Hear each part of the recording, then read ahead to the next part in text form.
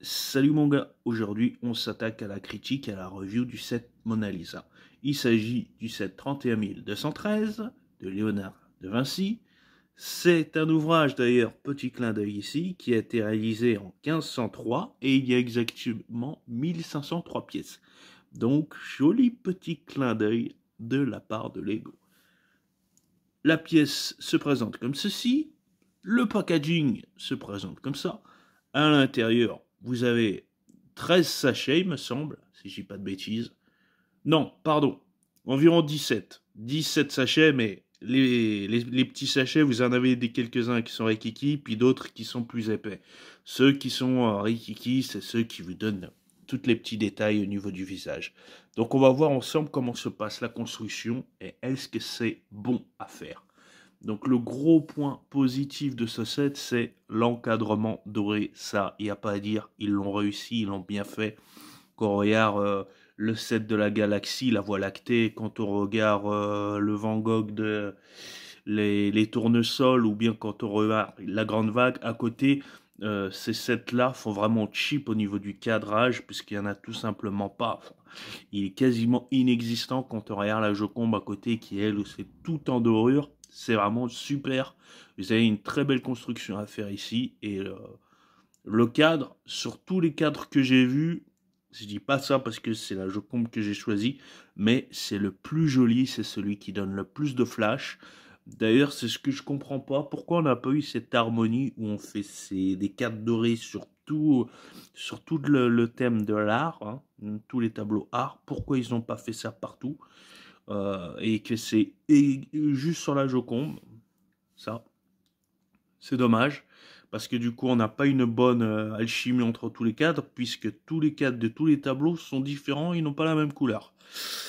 Dommage. Ça, c'est pas. Donc, du coup, c'est un point positif pour la Joconde, mais c'est un point négatif pour les autres, puisque ça ne. Les sets n'iront pas correctement ensemble.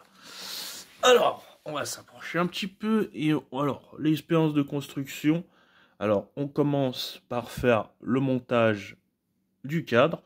On fait le haut, puis ensuite on fait le bas, puis ensuite on fait ici, et puis ensuite on vient consolider l'arrière. Donc je vais vous montrer l'arrière. Tout ce qu'il faut consolider là au niveau des rembarres. Vous voyez la barre latérale ici.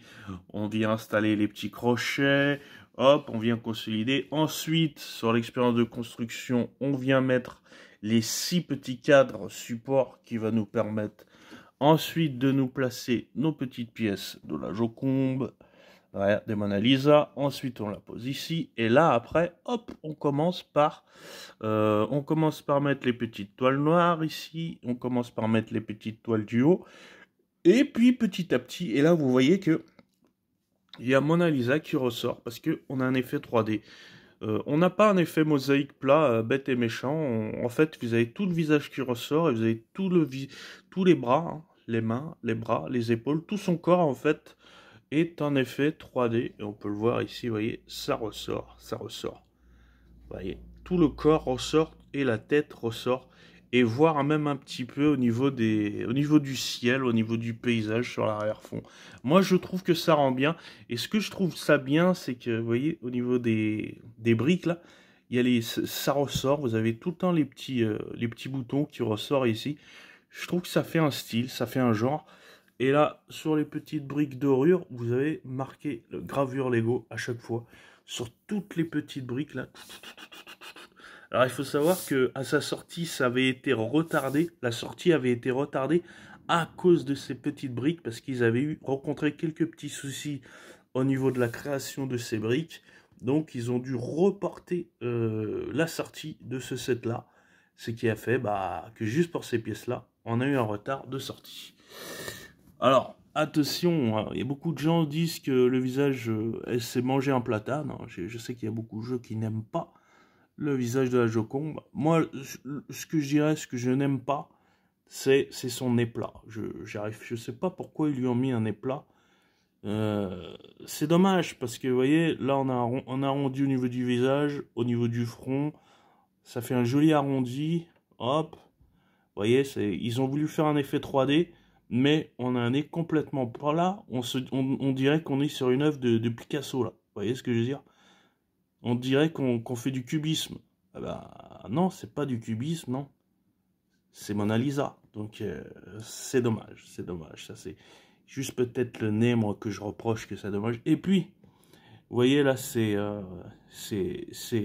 comment? J'arrive pas à trouver le terme. On va dire que c'est ancré, là, vous voyez? Là, la bouche. Et ça, c'est pareil, c'est un petit détail. Je trouve que c'est léger, c'est svelte. À la fois, elle est trop large parce qu'ils ont mis 3 traits. Donc, ce qui fait que bah, vous avez une grosse bouche, alors que ils ont voulu lui mettre son fameux sourire, mais je trouve que ça rend pas si bien que ça. L'ancrage, je sais pas, je sais pas ce que vous en pensez. Moi, je trouve que avec les 3 coloris différentes, ça fait un petit peu trop gros et voilà. C'est pas subtil, quoi. Tu voyez ce que je veux dire? C'est pas très subtil. Au niveau des yeux, par contre, là, moi, je trouve qu'ils sont plutôt bien réussis. Je sais pas ce que vous en pensez, mais moi, je trouve les yeux bien réussis. Après, ils vous ont donné des pièces supplémentaires pour ceux qui n'aiment pas les Ace Tracker, qui se sentent un peu oppressés d'avoir toujours Mona Lisa qui vous regarde. Vous avez la possibilité, avec les pièces de rechange, d'avoir des pièces nues simples, juste couleur peau, sans les yeux. Bon, je trouve ça dommage. Je trouve ça dommage. Et voilà comment ça se présente. Alors, le set est vendu à 99 € sur le store officiel. 1503 pièces. Conception pour le clin d'œil en 1503 de Léonard de Vinci. Voilà un petit peu. Alors, vaut-il le coup? Pour moi, il vaut le coup, surtout si vous le trouvez à une promo, si vous l'obtenez à une promo en dessous des 100 €. Il vaut clairement le coup. C'est une œuvre à part. C'est l'œuvre très certainement la plus connue au monde. Et avec Lego en prime qui fait ça, je trouve vraiment que c'est quelque chose, quoi. On peut pas dire, oh, je vais me passer à côté de ça, je vais prendre du Marvel, je vais prendre autre chose. C'est spécial, vous voyez. C'est vraiment un délire particulier. Et moi, je suis content de la posséder en tout cas. Je suis content de l'avoir faite. Ah, par contre, le point négatif, c'est qu'il n'y a que 1503 pièces. Du coup, moi, je l'ai terminé en une soirée. Ça m'a mis entre 5 et 6 heures. Donc, c'est vrai que ça, par contre, je trouve que ça va beaucoup trop vite. Vous faites le cadre. Après, vous faites ça. Vous renforcez en haut en bas. Tac. Et voilà, après, donc 1503 pièces, ça va très très très vite. Franchement, ça va vite. Après, il y a le Van Gogh tournesol. Les tournesols à venir prochainement, on va voir. Vu comme il y a un peu plus du double des pièces, il me semble, ouais, il y a un peu plus du double des pièces. C'est un peu plus de 3000. 3200 et quelques, il me semble. Il y a la grande vague qui va arriver, sinon là, prochainement, je ferai une petite critique dessus. Je vous dirai ce que j'en pense, je vous dirai si je le préfère à la Joconde, mais ça est dur, parce que pour moi, c'est mon petit coup de cœur, celui-ci quand même. Hein. J'avoue que c'est mon petit coup de cœur. Je vais l'afficher, bref, je vais faire un display, mais je garde la surprise où je vais l'installer, comment je vais l'installer, parce que j'ai acheté du matos pour l'installer. Et peut-être que je ferai des shorts pour vous montrer comment je l'ai installé. Bon, bah j'ai fait le tour, j'ai dit ce que j'en pensais, je suis content de l'obtenir et ça vaut le coup si vous l'obtenez à un bon prix en promotion ou même d'occasion, ou que vous avez un collègue qui l'en vend ou autre à une personne de confiance, il faut y aller, il faut le prendre, c'est une belle œuvre. Comme je vous dis, hein, c'est juste malheureusement le nez, voilà, bon, 2-3 petits détails, on va pas trop chipoter.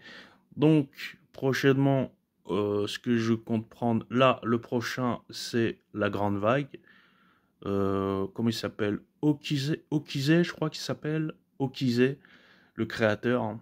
Excusez-moi si je me suis trompé. Après ça, ça va être Van Gogh, que je vais faire les tournesols, Sunflower, et enfin la Voie lactée. Par contre, je ne ferai pas la nuit étalée de Van Gogh. Je ne ferai pas la nuit étalée. Non, je n'aime pas ça. Tout simplement parce qu'il ne fait pas partie du domaine de l'art et qu'ils ont osé mettre un petit truc là où il y a Van Gogh avec une petite figurine, mini-figurine, un petit truc qui se rétracte et qui sort du tableau, et moi je n'aime pas ça. Je préfère quand c'est simple, quand c'est brut, quand tu as juste un seul tableau, et La Nuit étoilée fait pas partie du domaine art, il fait partie de la classe idéas. Idéas, c'est des gens, c'est des fans qui proposent des idées et qui font la conception, et ensuite Lego valide et la construit. Donc, La Nuit étoilée, malheureusement, on verra ailleurs, en art print, ailleurs peut-être en mosaïque, mais chez Lego, s'ils ne font pas un autre reprint de La Nuit étoilée, ça sera sans moi, si c'est pas dans la classe art. Voilà, donc on a fait le tour les gars. Alors qu'est-ce que vous en pensez? Est-ce que vous validez? Est-ce que vous comptez le prendre? Ça m'intéresse.